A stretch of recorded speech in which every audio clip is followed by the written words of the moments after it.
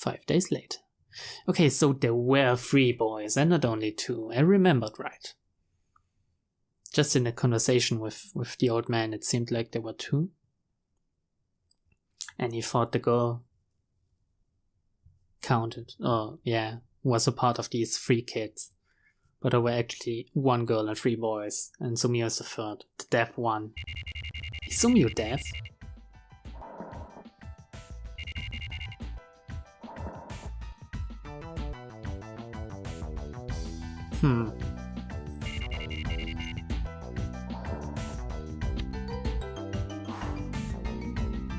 If Sumio is deaf and he's the real bat, that would be fucking strange. But what if he isn't the bat? You know, the bat was one of these guys until now, and that's why it felt related to the case of Parade. What if the bat is someone else entirely? What if the real bat is the guy from the 4th case, for example? You know? I don't know. I don't know anymore. Today's word. Come on. Today's word. Rain stopping at night means rain. What? Rain that stops falling during the night will rarely last long? What the fuck does this mean? Fuck you, today's word. Fuck you really long and hard. Jesus. Red, anything to add to that? It's already August. It should be hotter. Shit, I totally forgot about whittling the wood. Oh no! I should probably play with you too. What should we do? Sorry, Red. I'll give you some shrimp later. Yeah, do that. He's a good boy. Come on, pick it up. Hello? It's me. Erica? Did something happen? It looks like the embargo will be lifted any time now. The embargo, huh? If this were an embargo on Israel, I bet it would have been lifted years ago. What? Is this game going political on me now? Are you trying to be funny? Why do you always have to screw around like that? I'm not screwing around. This is just how I was written, that's all. Whatever. Listen. The weather hasn't been this nice in a long time, right? The weather's been pretty ugly recently, you know? Why don't we go fishing? Are you asking me out? It was worth a try, I guess. I'm hanging up now. Okay, bye. That's not how it works. Wait, so the only thing she told me is that the embargo would be lifted soon, that's it. Thank you. Thank you, Erica. Really fucking useful. Seriously. Way to waste my time. At least we got a new mail in the meantime. DNet news update. 11 dead-ends, Snow Tower terrorist bombing. 11 dead-ends, Snow Tower terrorist bombing. At approximately 11 PM on July 31st, Snow Tower, which houses the Yukimura Group's HQ, was blown up. The entire building was destroyed and 11 people were killed. Miraculously, there were fewer casualties than would normally be expected. Bombing is assumed to be related to the earlier Yukimura mentioned bombing. At this point, nobody has come forward to take credit for the bombing. Additionally, the victims killed in the explosion were Yukimura Group Chairman Yukimura and 10 members of the board. Since it was a holiday, regular employees and security staff were away and therefore not injured. Yeah, it was Yukimura who did this. He didn't want to pull anyone else in there. ...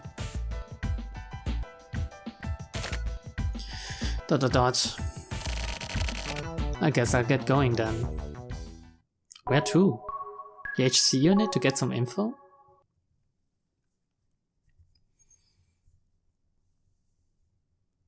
Harakiri BC. Oh, the betting center. What is he doing here? Did Kusabi ask us to meet him in here? Hi. If you're looking for Tetsu, he's not here. Actually, today I'm here to see you. Me? I want you to tell me a fairy tale. Go ask your mommy. My mommy isn't here and that blind kid is dead, so... ... It's a long story. But if you don't mind, so that's Sumio. Yeah, a long story sounds nice. Don't blame me if you fall asleep partway through. Believe me, I won't.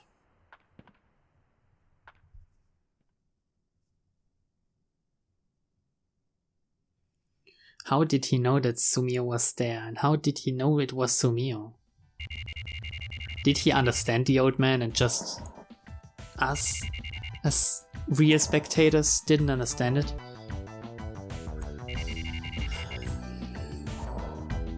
Oh, it's a shame. I would have really liked to hear it out of Sumio directly, you know. Guess we'll write it down in our memo now. No. Checking our inboxes. The Nnet news update. Mikumo 77 bomb. Mikumo 77 bomb. Today at noon, just 34 hours after the snow tower bombing, the Mikumo 77 area, once developed as an industrial area by the Yukimura group, was suddenly bombed, causing an explosion covering a 4-kilometer radius. Considering the previous bombings, it is thought that someone attempting to destroy the Yukimura group is likely responsible. However, the perpetrator is as of yet unknown and no one has yet claimed responsibility. Additionally, there are currently no residents in Mikumo 77 and it is assumed that no one was killed or injured. Okay. You know, there was a new word there, right? Yes, today's word. What is it? Come on. Lay it on me thick. Friendship is a plant that needs watering often. To have a friendship continue indefinitely, you need to meet often and provide love often. Yeah. Yeah. You know, Morishima could really use this, I guess, this advice. He has Red though, and he loves Red. You've gotten big again. How about it? We should go fishing together. Or maybe just sunbathing, I guess. Okay. I guess I'll just write it all up at once. What? What? Should we call her? No. Guess not. Something new in the window? Nope. The computer then again? After we looked at Red? Yes. Guess this will be it. Alright. Sumi answered almost all of the questions I had. All of the record, of course. I just showed him the 4 mails I received from Hiseki. Sumio checked them all.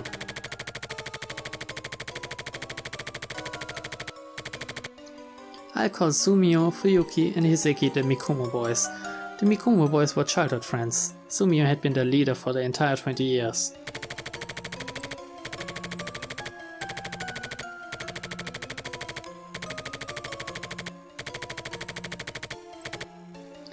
"20 years ago, there was a beautiful girl named Riru Yukimura, who was likely the 3 boys' idol. Riru was raised in a branch family of the Yukimura group and is a distant relative. Riru's family was given some of the Mikumo 77 land. Sometime later, the pollution problem at Mikumo 77 came to light.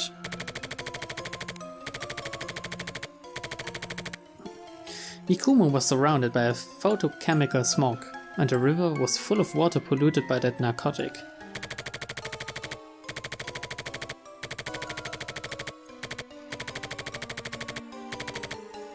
Soon, anti-industrial protests at the factory would begin as well, with demonstrations filling the streets every Sunday. Residents sarcastically referred to this as the parade. Okay. Anti-industrial, sorry.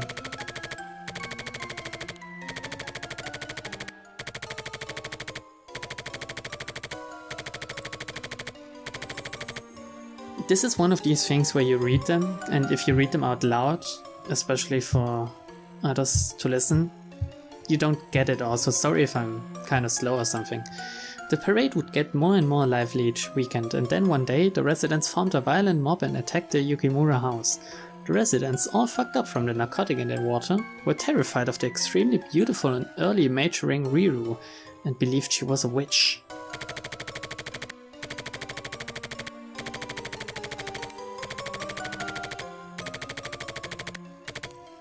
Riru became a symbol of the Yukimura family, who had caused them so much pain and suffering. That day, Riru's parents, terrified of the encroaching mob, left their daughter at home on her own and ran away. Wow. These jerks.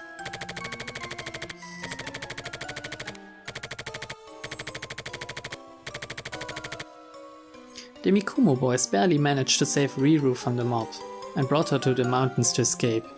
But while Sumio was looking away, Riru was taken away by the mob.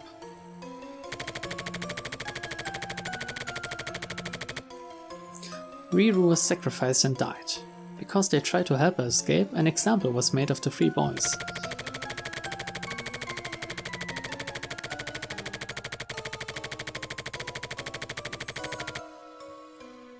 For hearing Riru's words and being enchanted, Sumio had his ears stabbed out.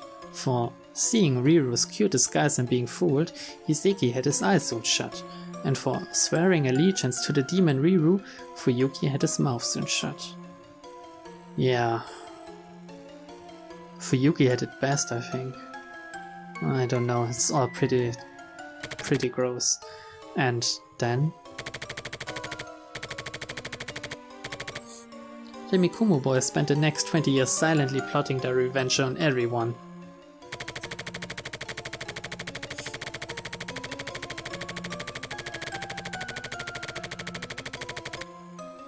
Sumio joined the HC on it. He became really good at lip reading and learned to control his intonation when speaking.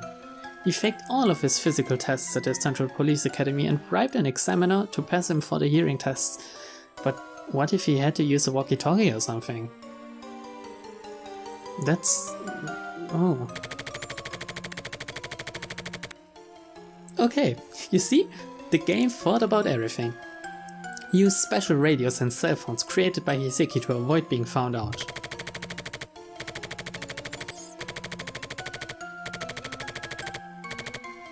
Hiseki developed software that would convert incoming transmissions into Braille. Braille? Braille? I don't know.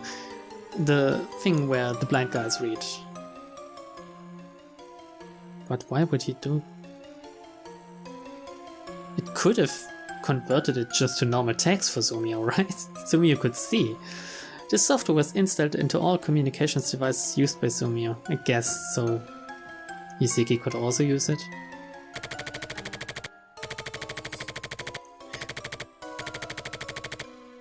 The Mikumo boys' goal was simple: the complete and utter destruction of the Yukimura concern. They put they put their plans into motion. What about the people who did this really awful things? You know, I know they were on drugs, but still, it's no way to... You know, fucking up little kids is really, really... I don't know.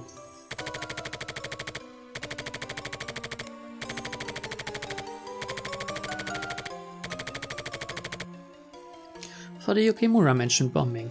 While Sumio gathered security for his stakeout, Fuyuki kidnapped Chairman Yukimura and confirmed that there was nobody left at the house, and then Hiseki blew it up.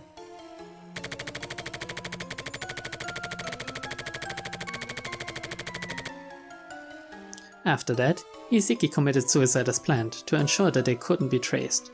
He had already set up the bomb at the snow tower before killing himself.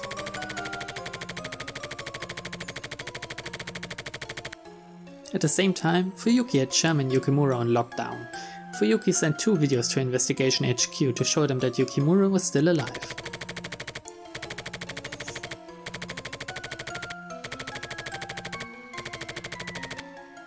Sumio met with the locked up chairman several times and made a promise with him to get him to destroy the Yukimura group himself. Forced to make a painful choice, Yukimura finally agreed.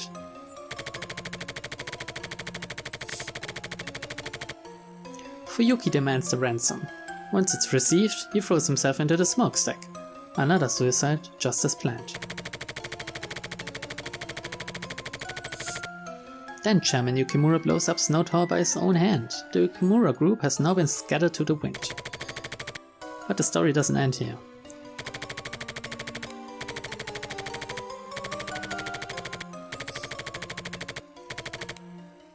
The Mikumo boys' final target was Mikumo 77. They still had the purification of the cursed land on which Mikumo 77 stood and the release of Riru's restless soul to take care of.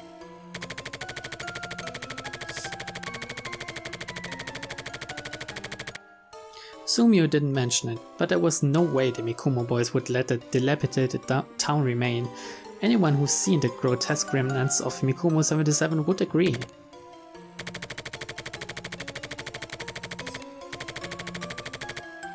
Does Sumio plan to die? Or does he plan to atone for his sins by continuing to live on? Where did Fuyuki and Hiseki's hopes lie? Of course, I have no idea.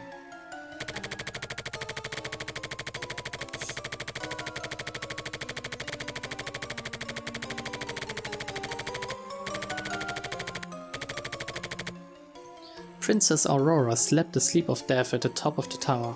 Princess Aurora was reborn as beautiful as ever, but over the past 20 years, Riru would have been mummified and her remains would have been turning to dust by now. This parade must have begun from the feeling that the princess couldn't be returned to such a filthy place.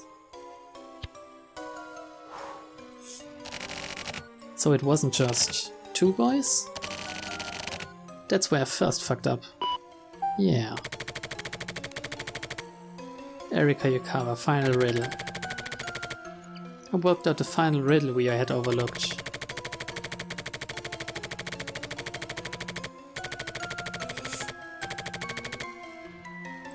By the way, August 2nd, 1979 was the day Riru died. As for 77564, when I showed it to Sumio, he laughed and answered. Apparently it was the secret code he told Yukimura to use to blow up Snow Tower. Only the memories of the princess and the 3 boys. The clouds are dirtied black and the village died out. Then a nightmare-eating chimera disappears along with the wind.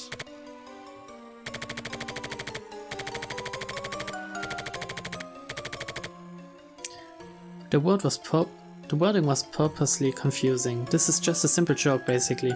This was the bomb warning that Hiseki gave me. A princess and 3 boys. Only the memories. Mikumo was dirtied black and once the Yukimura group had been wiped out, the nightmare-eating explosion disappeared with it.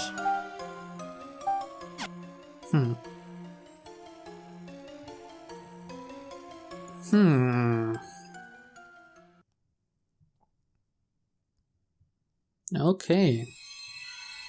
This was Tsuki. Yeah. It gave us some motive for Sumio at least, and some backstory for him and the boys. And the other guys who did it. Now we know Sumio didn't do it himself. And we can see him in a different light. Sumio is deaf, and no one noticed it until now. His speaking, his hearing of things, and all these things, wow. That's incredible. I wonder if the story really holds up to that, you know. That Sumio is really deaf.